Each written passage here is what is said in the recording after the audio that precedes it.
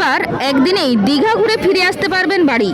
15ই December 2025 থেকে পুনরায় চালু হয়েছে পাঁশকুড়া দীঘা লোকাল, যা পাঁশকুড়া থেকে ছাড়বে সকাল 7টায়, যা দীঘা পৌঁছাবে সকাল 9:30 নাগাদ।